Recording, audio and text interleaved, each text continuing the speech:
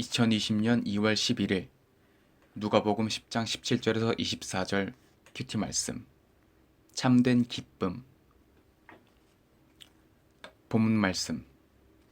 70인의 기쁨. 70인이 기뻐하며 돌아와 이르되 주여 주의 이름이면 귀신들도 우리에게 항복하더이다. 예수께서 이르시되 사탄이 하늘로부터 번개같이 떨어지는 것을 내가 보았노라. 내가 너희에게 뱀과 전갈을 밟으며 원수의 모든 능력을 제어할 권능을 주었으니 너희를 해칠 자가 결코 없으리요. 그러나 귀신들이 너희에게 항복하는 것으로 기뻐하지 말고 너희 이름이 하늘에 기록된 것으로 기뻐하라 하시니라. 예수님의 기쁨. 그때 예수께서 성령으로 기뻐하시며 이르시되 천지의 주제이신 아버지여 이것을 지혜롭고 슬기 있는 자들에게는 숨기시고 어린 아이들에게는 나타내심을 감사하나이다. 옳소이다. 이렇게 된 것이 아버지의 뜻이니이다. 내 아버지께서 모든 것을 내게 주셨으니 아버지 외에는 아들이 누구인지 아는 자가 없고 아들과 또 아들의 소원대로 계시를 받은 자 외에는 아버지가 누구인지 아는 자가 없다이다 하시고 예수님을 보는 복. 제자들을 돌아보시며 조용히 이르시되 너희가 보는 것을 보는 눈은 복이 있도다. 내가 너희에게 말하노니 많은 선지자와 임금이 너희가 보는 바를 보고자 하였으되 보지 못하였으며 너희가 듣는 바를 듣고자 하였으되 듣지 못하였느니라. 본문 요약. 기뻐하며 돌아와 귀신들의 항복을 보고하는 70인에게 예수님은 너희 이름이 하늘에 기록된 것으로 기뻐하라고 하십니다. 그리고 지혜롭고 슬기 있는 자가 아닌 어린아이에게 권능을 나타내시는 하나님의 은혜에 감사하며 기뻐하십니다. 제자들을 돌아보시며 많은 선지자와 임금이 보지 못한 것을 보는 그들을 축복하십니다. 본문 해설. 70인의 기쁨. 복음을 전하고자 떠났던 70인이 기뻐하며 돌아옵니다. 그들이 주의 이름을 선포할 때 귀신들이 항복했기 때문입니다. 그들의 보고를 들으신 예수님은 귀신들이 너희에게 항복하는 것으로 기뻐하지 말고 너희 이름이 하늘에 기록된 것으로 기뻐하라고 하십니다. 예수님이 그들의 보내신 궁극적인 목적은 기적을 행하는 데 있지 않고 그들이 구원의 가치를 깨달아 기뻐하게 하시는 데 있습니다.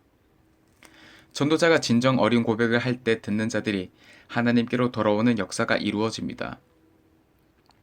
이처럼 나의 기쁨의 원천은 주님이 나에게 권능과 기적을 주셨다는 것이 아니라 죄인인 내가 예수님의 십자가 보혈로 구원받아 천국 백성이 되었다는 사실입니다. 1번 질문.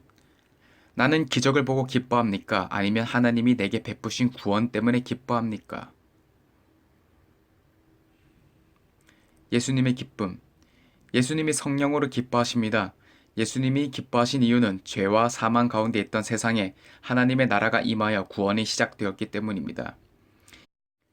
이 땅에서 스스로 지혜롭고 슬기 있게 여기는 사람은 자신이 가진 지식을 의지하기에 구원과 상관없는 인생을 살아갑니다.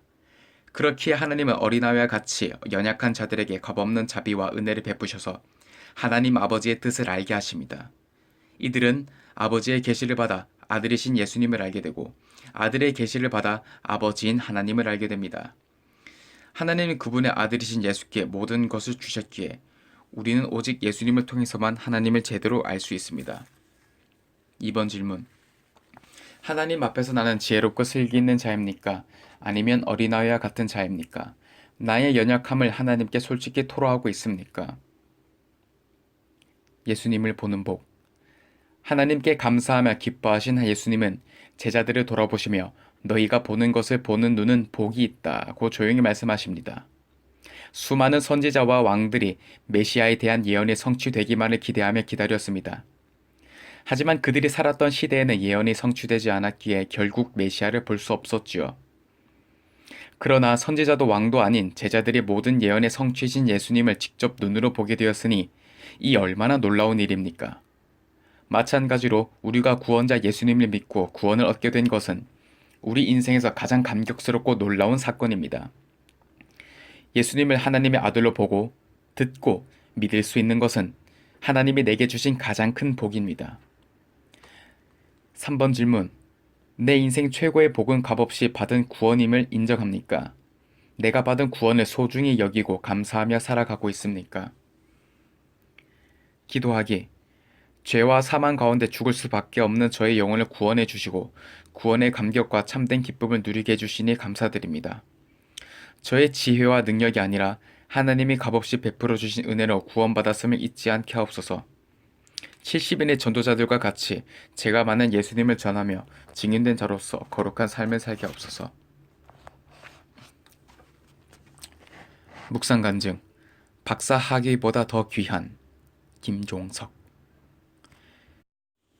과장님, 이 일은 정말 중요합니다. 서둘러 끝내야 해요. 저희 상사는 저보다 2살이 어립니다. 그런데 넘쳐나는 일을 막아낼 생각은 하지 않고 업무의 당위성만 따지며 일을 지시하곤 합니다.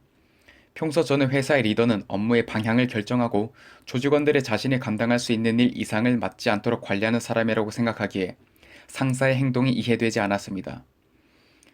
사실 그는 고등학교 과정을 2년 만에 마치고 국내 최고 대학에서 박사 학위를 취득한 인재 중의 인재입니다. 하지만 제게는 그저 욕심 많고 앞뒤 상황을 판단하지 못하는 리더의 자질이 부족한 사람으로만 보였지요. 과거에 저는 자기 일을 묵묵히 하는 것을 최고의 가치로 여기며 존경받는 교수가 되는 게 제 꿈이었습니다.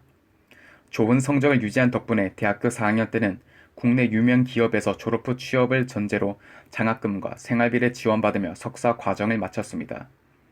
저는 그 기업에 입사한 후 사내에서 선발하는 해외 박사학위 취득 유학 제도에 지원하려고 했습니다.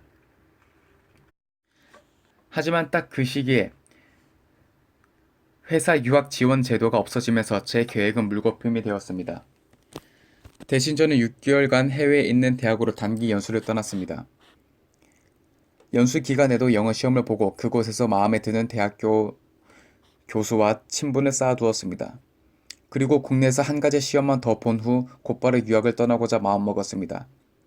제 계획대로 일이 착착 진행되자 저는 현지에서 한인 교회에 나가며 만난 하나님이 제 길을 열어주신다고 생각했습니다.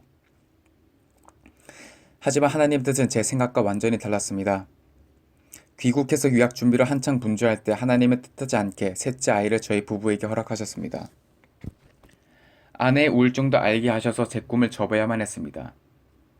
아내는 오직 살아야겠다는 일념으로 말씀 묵상을 하는 교회에 나가게 되었고 저도 아내를 따라 같은 공동체에 속하게 되었습니다. 이후 말씀을 들으며 하나님은 그분의 뜻을 세상 사람들이 지혜롭게 여기는 박사가 아니라 자기 죄를 아는 어린아이 같은 자에게 나타내신다는 것을 알게 되었습니다. 결국 제가 상사에게 불만을 품고 정죄한 것은 제가 가지지 못한 학벌과 세상 지위를 향한 질투에서 비롯되었음이 깨달아졌습니다.